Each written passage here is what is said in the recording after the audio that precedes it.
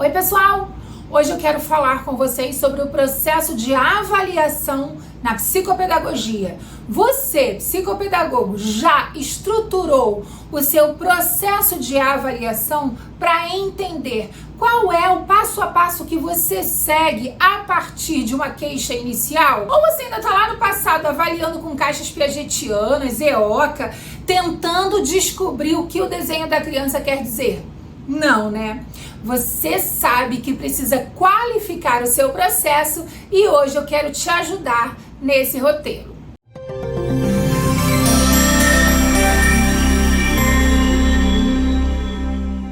Primeiro de tudo, eu já começo dizendo que você não tem que seguir isso que eu vou falar. Até porque o que eu vou seguir aqui para você é uma estrutura que ajuda você a raciocinar. Então esse vídeo não tem nada dizendo que teste fazer, faça isso ou faça aquilo. O que eu quero é te ajudar a desenvolver um raciocínio clínico para, a partir desse raciocínio, toda demanda que você receber, você vai saber quais são os caminhos a seguir. Então, vamos imaginar que agora a gente está traçando um mapa. A ideia desse roteiro é um mapa para que você, toda vez que recebe a ligação de uma família, toda vez que você está na anamnese, você pare de anotar perguntas sem sentidos.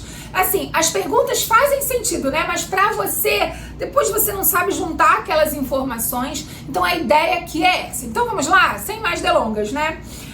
Tudo que você precisa compreender, o principal é que a queixa inicial da família importa. Muita gente ignora a queixa inicial porque ainda está preso a um processo de avaliação ultrapassado. Aquele processo que diz, faça 9 sessões, aplique conservação de massa, conservação de volume, faça EOCA, faça assim.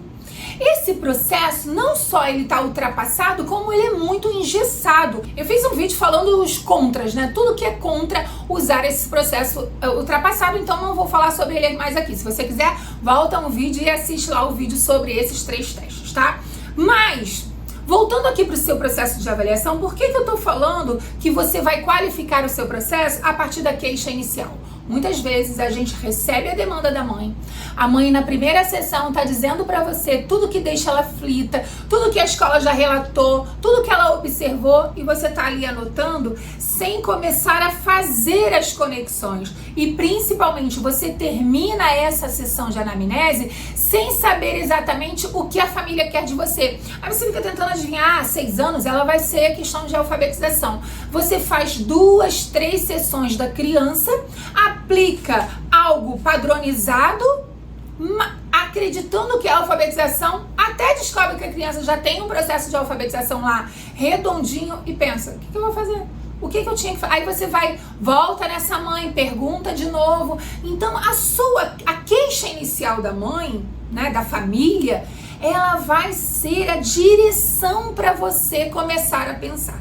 Então, o instrumento que você vai escolher, ele sempre tem que responder a essa queixa inicial. É por isso que eu falo que aqueles instrumentos são ultrapassados e que aqueles instrumentos não vão dar a resposta que você precisa.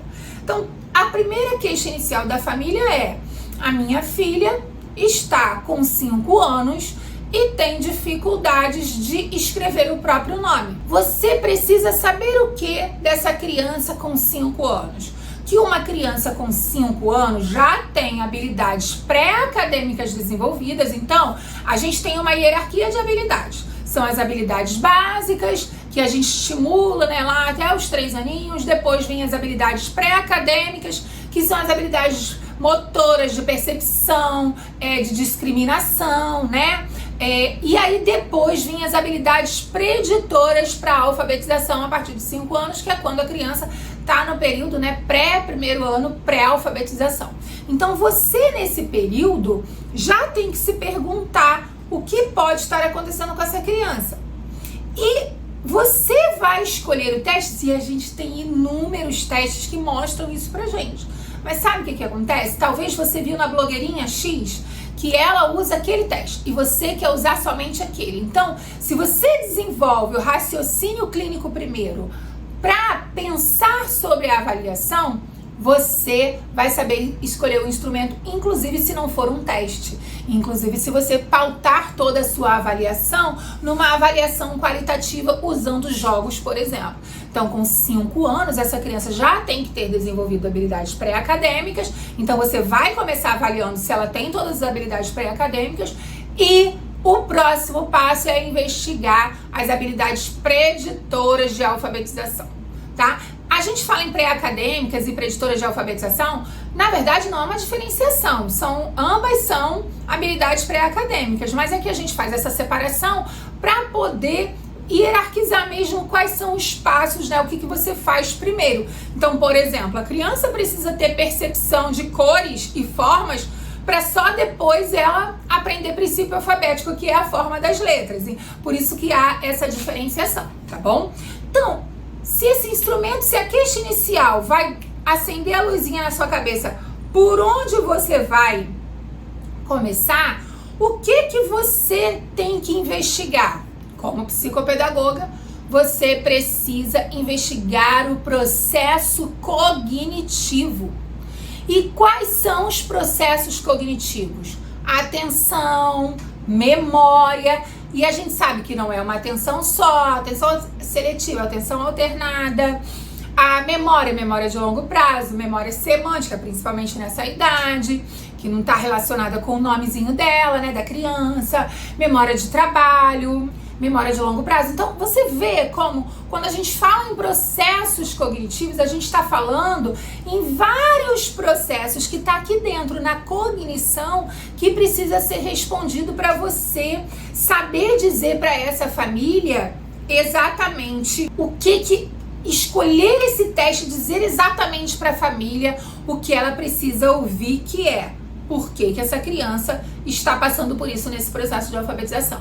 Mas eu vou voltar, e se essa criança não tivesse 5 anos, essa criança tivesse 3 anos? É crescente a busca por profissionais da psicopedagogia para fazer a avaliação básica, de habilidades básicas na intervenção precoce, ou seja, cada vez mais você recebe bebês no seu consultório, cada vez mais você recebe crianças pequenas e você precisa saber investigar também esses processos cognitivos, esses processos de habilidades básicas, né, os domínios do desenvolvimento já nessa idade. Então, para cada idade, você vai ter todo um portfólio de testes disponíveis que você pode usar.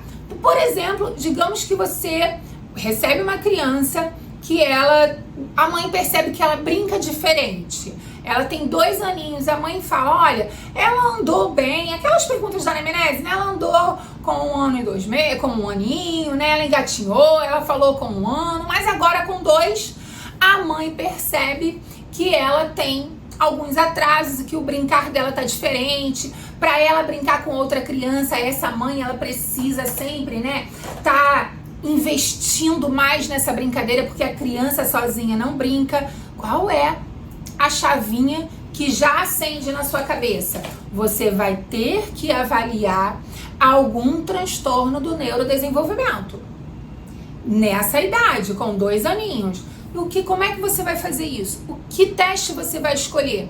Existem vários testes, eu vou citar aqui alguns. A gente tem o Bayley 3, a gente tem o IDAD, a gente tem o Denver 2 e a gente tem o Portage. São instrumentos específicos para checklist de desenvolvimento, porque você não pode confundir também investigar o desenvolvimento infantil e investigar um transtorno do neurodesenvolvimento. Ainda que na sua cabeça tenha acendido uma luzinha que pode ser um transtorno do neurodesenvolvimento, com essa idade, com 2 anos, você precisa de fato investigar quais são as áreas do domínio do desenvolvimento dessa criança que precisa de atenção para você, fazer a intervenção precoce. Então você tá vendo como a gente foi de 5 anos para 2 anos e são roteiros, são caminhos diferentes que você faz.